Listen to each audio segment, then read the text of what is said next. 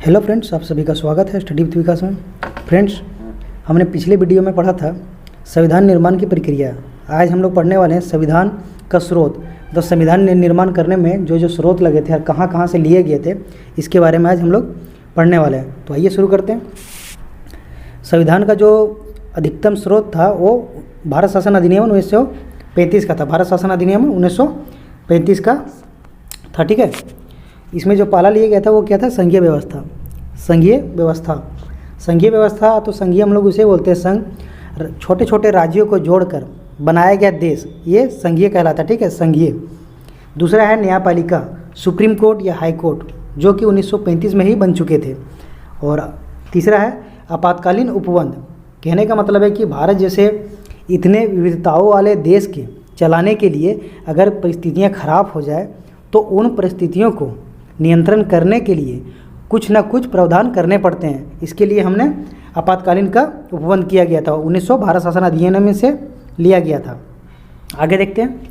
राज्यपाल का कार्यालय वो लिया गया था, ठीक है। ये होता है कि जैसे राज्य का मतलब एक केंद्र के द्वारा राज्य में एक नियुक्त किया जाएगा राज्यपाल का, जो कि केंद्र सरकार द्वारा नियुक्त किया जाता है। मुख्यमंत्री वो देख रेख करता है कि मुख्यमंत्री सही कर रहा है या नहीं।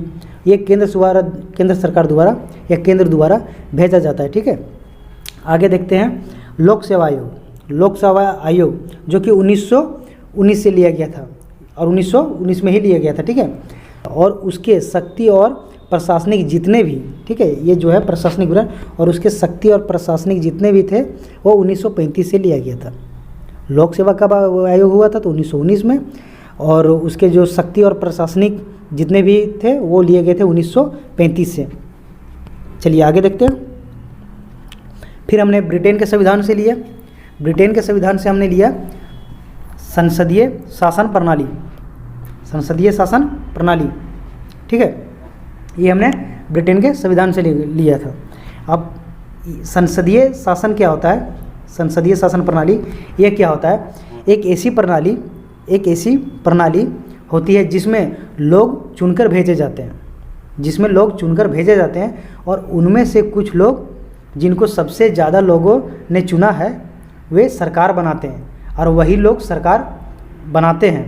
बाकी बचे हुए लोग उनसे सवाल जवाब करते हैं कि आप सरकार चला रहे हैं तो आप कहीं गलत कानून या गलत नियमों का उपयोग तो नहीं कर रहे हैं, ठीक है। ये संसदीय प्रणाली होता है।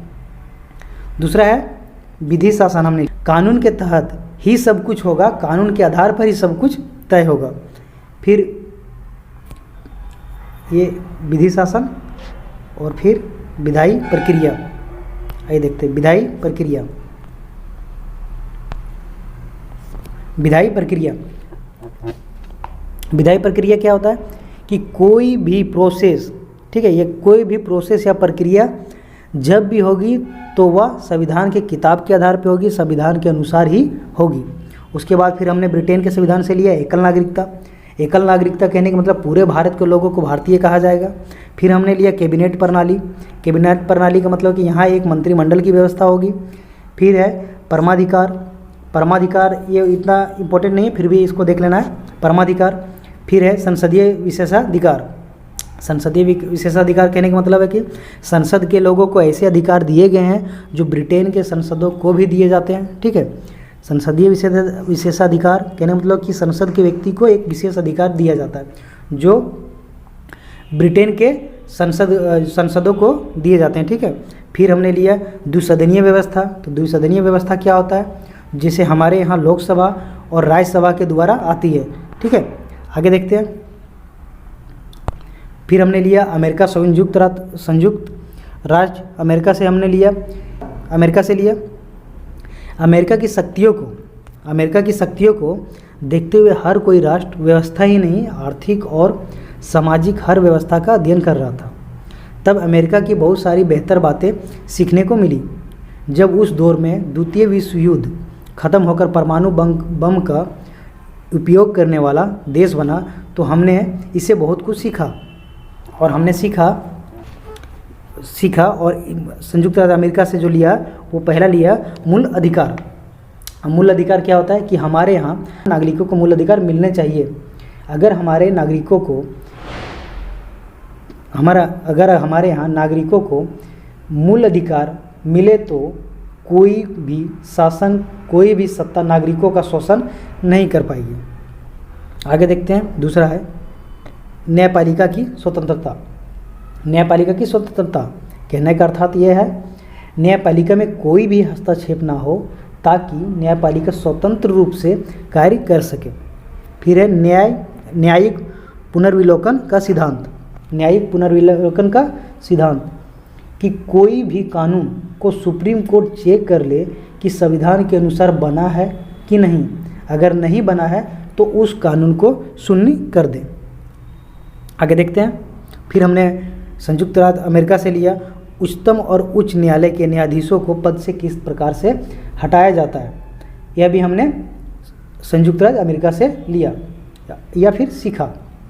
फिर हमने लिया राष्ट्रपति पर महाभियोग कि राष्ट्रपति पर महाभियोग कैसे चलाया जाएगा। फिर हमने उपराष्ट्रपति का पद का भी पूरा ज्ञान हम प्राप्त करके इसमें लिखा हुआ है। आगे देखते हैं, फिर हमने लिया कनाडा का संविधान से। यहाँ पे है एक सशक्त केंद्र के साथ संघीय व्यवस्था। दोस्तों, कनाडा और ऑस्ट्रेलिया भी संघ है। कनाडा भी संघ है और ऑस्ट्रेलिया भी संघ है। कनाडा भी राज्य से मिलकर बना है और ऑस्ट्रेलिया भी राज्य से मिलकर बना है। लेकिन कनाडा में केंद्र की सरकार है, जैसा कि हम दिल्ली की सरकार कहेंगे। उसको शक्तिशाली बनाने का पीछे का कारण कनाडा का अनुभव था, क्योंकि ऑस्ट्रेलिया में राज्यों के पास ज़्यादा शक्ति है पर समस्या कुछ भी नहीं है वहाँ पर।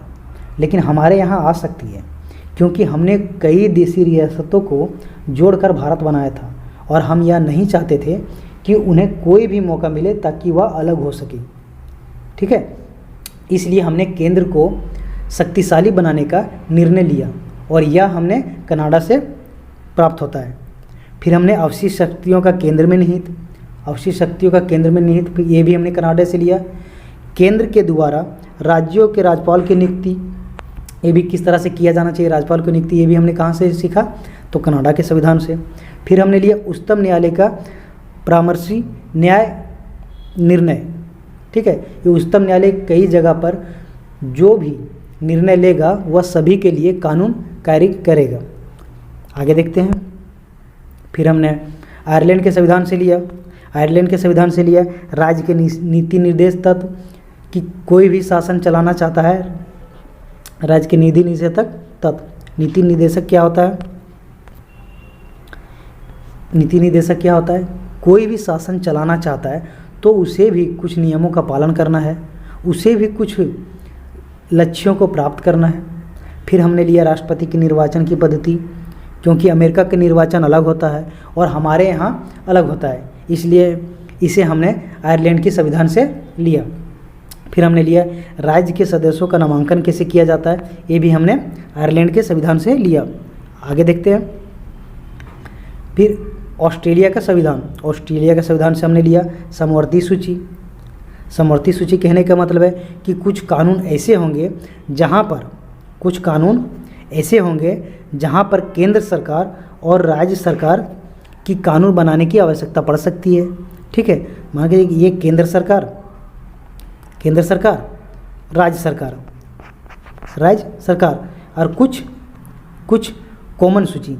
ठीक है, तो ये भी हमने कहाँ से लिया, तो ऑस्ट्रेलिया से लिया। फिर इसमें क्या है, व्यापार और वाणिज्य की स्वतंत्रता, ये भी हमने ऑस्ट्रेलिया से लिया कि पूरे देश में व्यापार और वाणिज्य की स्वतंत्रता पूरे देश में हर एक को मिले। फिर हमने संसद के दोनों सदनों की संयुक्त बैठक भी बुलाई जा सकती है, लोकसभा और राज्यसभा के लोगों के साथ बैठकर निर्णय लिए जा सकते हैं, ये भी हमने ऑस्ट्रेलिया के संविधान से लिया। आगे देखते हैं, फ्रांस के संविधान से हम लोगों ने लिया गणतंत्रात्मक। कहने का अर्थात है कि हमें कोई राजा नहीं चाहिए। हमने कहा कि जो हमारे यहाँ प्रमुख होगा, जो चुना जाएगा, इसलिए गणतंत्रात्मक प्रणाली फ्रांस से चुनी। उसके बाद आता है स्वतंत्रता, समता और बंधुता। यह भी हमने कि सभी को स्वतंत्रता हो, एक समान हो, ये भी हमने कहाँ, फ्रांस के संविधान से लिया।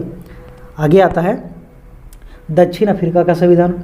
दक्षिण अफ्रीका संविधान से हमने क्या सीखा, तो ये संविधान संशोधन की प्रक्रिया, यह हमने दक्षिण अफ्रीका से लिया कि अगर कोई संविधान में कोई बदलाव करना है तो कैसे किए जाएंगे, यह हमने दक्षिण अफ्रीका की संविधान से सीखा। फिर राज्य के सदस्यों का निर्वाचन कैसे किया जाए, यह भी हमने दक्षिण अफ्रीका से सीखा। एक यहाँ आपको ध्यान रखने वाली बात है कि राज्य के सदस्यों का निर्वाचन यह हमने अफ्रीका से लिया, लेकिन नामांकन की जो प्रक्रिया थी वो हमने आयरलैंड से लिया। ठीक है, ये आपको ध्यान में रखना है। आगे आता है जर्मनी का संविधान। जर्मनी के संविधान से हमने सीखा आपातकाल के समय मूल अधिकारों का उल्लंघन, अगर आपातकाल की स्थिति अगर होती है तो कुछ मूल अधिकारों का उल्लंघन होगा। ठीक है, यानी कि कुछ मूल अधिकार को ख़त्म कर दिया जाएगा। ठीक है, आगे देखते हैं। फिर हमने जापान का संविधान से लिया। जापान का संविधान से हमने लिया विधि द्वारा स्थापित प्रक्रिया, जिसे हमने अनुच्छेद 21 में रखा है। तो एक तरीके से हमारा संविधान कई अलग अलग देशों के ज्ञान, अनुभव, हमारे भारतीय राजनीतिज्ञों के अनुभव और हम पर शासन करने वाले ब्रिटेन के अनुभव के आधार पर निर्मित हुआ।